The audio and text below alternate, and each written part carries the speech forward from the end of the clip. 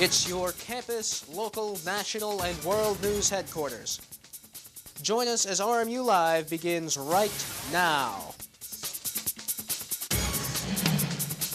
For the first time in 17 years, the RMU Colonial men's basketball team is going to March Madness, and everyone is excited for the big dance. The Colonials defeated Mount St. Mary's last Wednesday to win the NEC championship, and Friday they take on Michigan State in Minneapolis. Good evening, I'm Chris Walker. And I'm Ed Albert.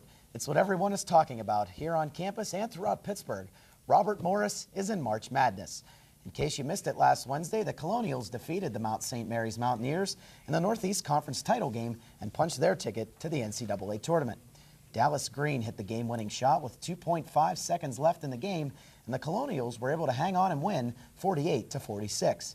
Then on Sunday, the Colonials found out that they were a number 15 seed in the Midwest region, and they would face the number 2 seed Michigan State Spartans. Josh Elsass will have more on the tournament later on in sports. And because of the basketball game, this Friday's scheduled movie night presentation of The Curious Case of Benjamin Button has been relocated. Now, to accommodate the game, the movie will now be shown Friday at 7 p.m. in the food court rather than at 8 p.m. in Romo's Cafe. You can now catch the game at 8:50 p.m. in Romo's Cafe, with festivities kicking off at 8:30, sponsored by RMU's Colonial Sports Radio. Before students headed out of town for spring break, RMU President Gregory DeLomo announced the budget for the 2009-2010 year, which was approved by the Board of Trustees just one day earlier. The budget, totaling roughly $89 million, includes tuition increases, employee pay freezes, and the possible restructuring of the employee benefits package. Undergraduate tuition will rise 3.95%, and graduate tuition will rise 4%. DeLomo addressed the hiring freeze, saying it did not apply to open faculty positions, and while 11 staff positions will be cut, he said the administration would not enforce layoffs. And at that same meeting, DeLomo announced tuition rates for the upcoming year. The undergraduate flat rate tuition rate will rise 3.95% to $19,950. Now, housing rates will rise approximately 1.5%, depending on accommodation, while meal plans will rise anywhere between 7 and 9%, depending on what meal plan you choose. Now, despite the bad economy, the tuition rise is one of the lowest in more than 10 years, and RMU still has the second lowest tuition among other private schools in our region. Nationally recognized executive producer director Ron Lascotti is here at RMU's Academic Media Center tomorrow from 11 a.m. to 1 p.m. He is from Center City Film and Video, which is Philadelphia's largest production facility. The commercial directing workshop will exhibit every aspect of commercial production, from budgeting, storyboarding, and producing the final product. Students, faculty, and staff are able to attend this event for free. If you have any questions about this workshop, contact Kathleen Yahazi at 412-397-3818. And March is Women's History Month here at RMU, and there are plenty of events going on around campus to celebrate. From now until 6 p.m. today, you can catch recording artist Laura Shea in Romo's Cafe. Tomorrow in the food court from 11 a.m. to 2 p.m. is Women of Engineering Shattering the Glass Ceiling, where you can test your knowledge of famous women engineers and scientists, experience a live robotics demonstration, and be entered into a drawing to win prizes. Now, next Tuesday, March 24th, is Nutrition Simplified from noon to 1 p.m. in the Sewell Center, and then next Wednesday, March 25th, is the Women's History Month Luncheon and Award Program from 11 a.m. to 12:30 p.m. in the Sewell Center. To attend this event, you must RSVP to Student Life by Monday, March 23rd. And renowned wildlife spokesperson Jane Goodall is coming to RMU. Dr. Goodall will be speaking on next Wednesday, the 25th, at Heinz Hall downtown as part of the Pittsburgh Speakers Series. Now, Goodall has been studying chimpanzees for more than 4 decades and has collected numerous awards and accolades for her work in wildlife protection. Admission to the event is being sold through a series subscription program, and for more information you can head to pittsburghspeakerseries.org or call 412-392-4900. Another Indiana University of Pennsylvania student has died on campus. Brenton Kroll of Blair County was found dead in Lawrence Hall yesterday around noon. Kroll had been reportedly heavily drinking the night before his death and slept in a friend's room. At 7 a.m. yesterday morning, Kroll was found by another student and the Indiana County Coroner and the IUP Campus Police are still investigating the incident. And the verdict is in. A Pennsylvania state trooper found guilty yesterday in the murder trial of an Indiana County man. Trooper Kevin Foley was convicted after some 5 hours of deliberation with a count of first-degree murder of local dentist John Yelenik almost 3 years ago in April of 2006. Foley maintained his innocence during the trial, even appearing calm and collected throughout. Now sentencing is scheduled for June 1st. And coming up after the break, AIG gets grilled, and find out where you can see President Obama tonight. Plus, we have Channing Frampton here with your local weather forecast. Stay tuned.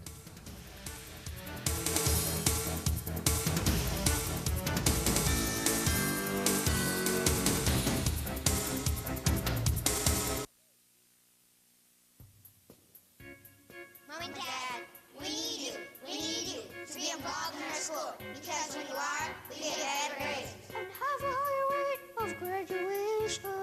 It could be as simple as stopping in to read haiku.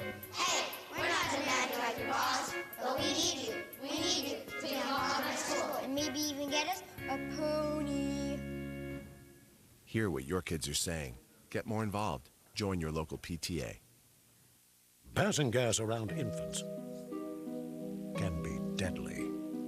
Passing gas releases a toxic fog of ammonia and hydrogen cyanide, which can be especially harmful on an infant's developing lungs. Passing gas can even contribute to sudden infant death syndrome. Kids shouldn't be exposed to secondhand smoke. Don't pass gas, take it outside.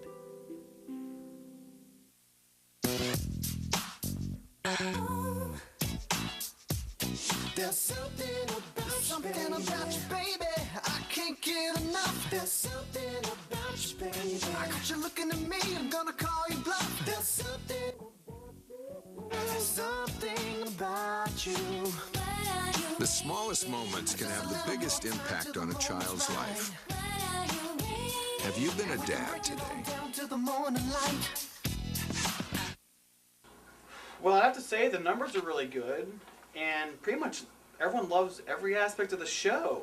Right. But the network's telling us that we have to get a new female anchor. Giant AIG, which received $170 billion in bailouts last year, has now given $165 million in bonuses to its senior executives. AIG CEO Edward Liddy was grilled on Capitol Hill yesterday as angry lawmakers asked Liddy why so many taxpayer dollars were going to bailouts. Going to be victims of our own stupid decisions. You have generously used the word "you" in that construct. As I mentioned, these contracts were all put together before I was at AIG, so I really do, I take offense, sir. The House of Representatives is expected to vote on legislation today to try and keep the bonuses from being paid to Wall Street executives with the taxpayer money. President Obama held a town hall meeting in California yesterday to discuss the economy as well as the recent news about those AIG bonuses.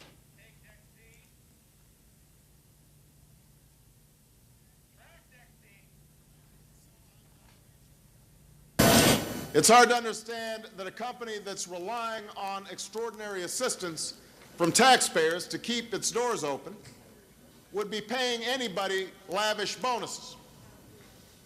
It goes against our most basic sense of what's fair and what's right. It offends our values. Obama promised to take responsibility for the AIG bonuses, while the House of Representatives is voting today to change bailout policies to make sure that taxpayer money will not go to bonuses again. A line stretching around the block in Burbank today. Dozens of people camping out hoping to get into a taping of The Tonight Show with Jay Leno, where President Obama will be making an appearance. 1,000 free tickets to the event were handed out earlier this week, with some waiting 13 hours to get theirs and many leaving empty-handed. The show that airs tonight will mark the first time that an active U.S. president has appeared on a late-night talk show. And some sad news in entertainment. Actress Natasha Richardson has died after a skiing accident in Quebec. The 45-year-old actress, who is married to actor Liam Neeson, was pronounced dead at a New York City hospital last night. An autopsy has revealed that a blow to the head was the cause of death. We'll have more on the death of Natasha Richardson later on in the Hollywood Minute.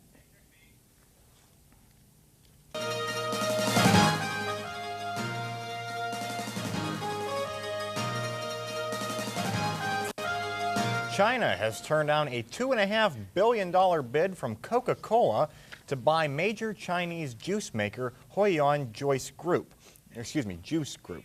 The Commerce Ministry says it rejected the proposed purchase largely on anti-monopoly grounds.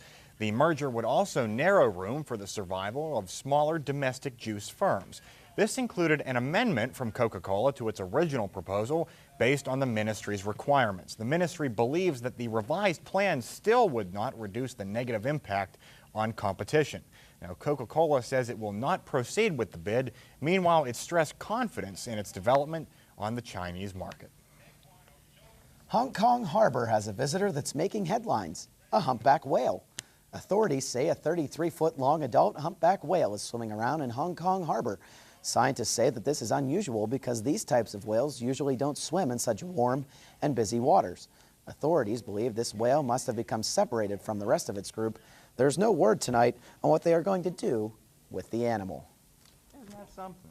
I know, humpback whale right in the middle of the harbor, Chris. I wonder how odd that is. You wouldn't expect to see one come up, to the point in Pittsburgh. Yeah, exactly. Yeah, you wouldn't see that, coming, trucking down the Owl there. No, definitely not. Yeah. But it's been nice out lately, Chris. Very nice. And I think Channing can tell us what's coming up for the week ahead. Channing, let's see what you got. Well, gentlemen, the weather has taken a little bit of a nosedive when it comes to the temperatures. Right now, temperatures are 47 degrees outside.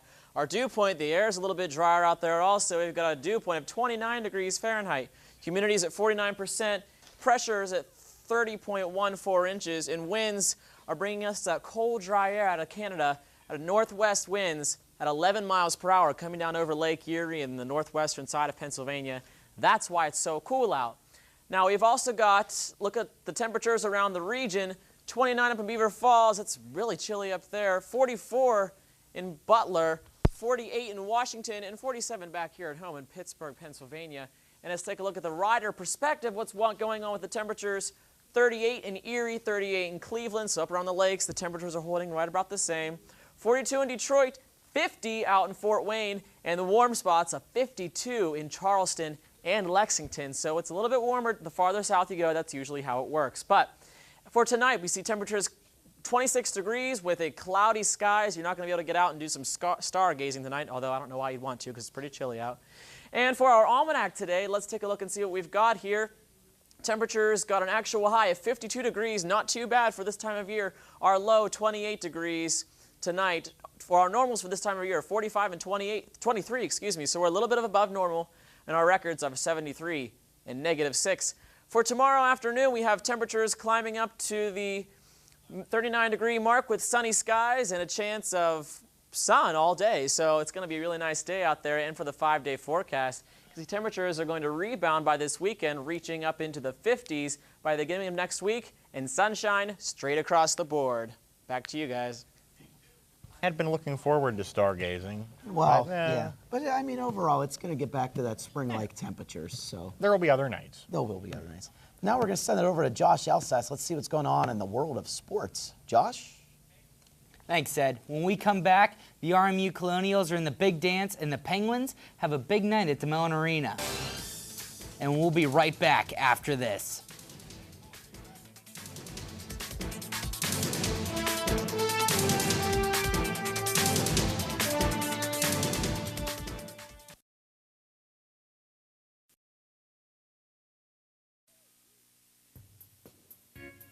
Mom and Dad, we need you to be involved in our school, because when you are, we get better grades. And have a higher rate of graduation.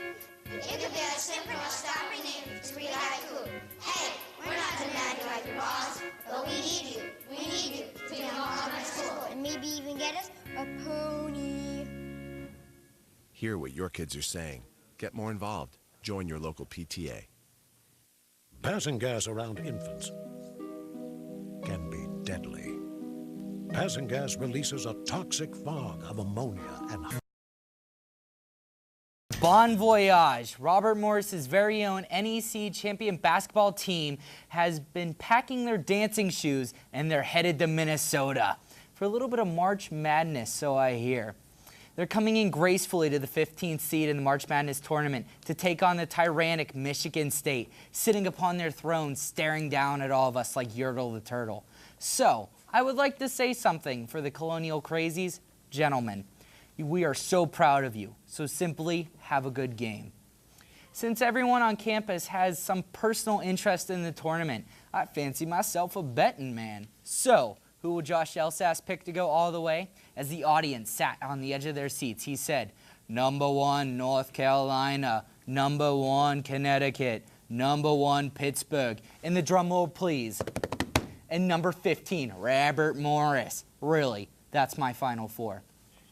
Now swinging into the NHL, the Thrashers, yay, versus the Penguins, a boo. On St. Patrick's Day, the Thrashers jump out to an early 1-0 lead, but then Chris Kunitz and the rest of the flightless birds had to charge back in style, putting 6 biscuits past Thrashers netminder Johan Hedberg. Yes, this sounds familiar because it's the Moose, and Moose, I still love you. The Thrashers' next game is Friday against Detroit, but I will be a little occupied with something maddening. This has been Josh Elsas with Sports. Now stay tuned for your Hollywood Minute.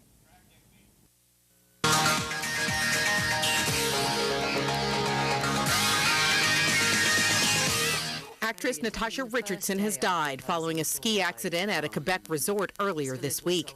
Family members, including Richardson's mother, Vanessa Redgrave, had gathered at a New York City hospital where the actress was reportedly transferred after her fall.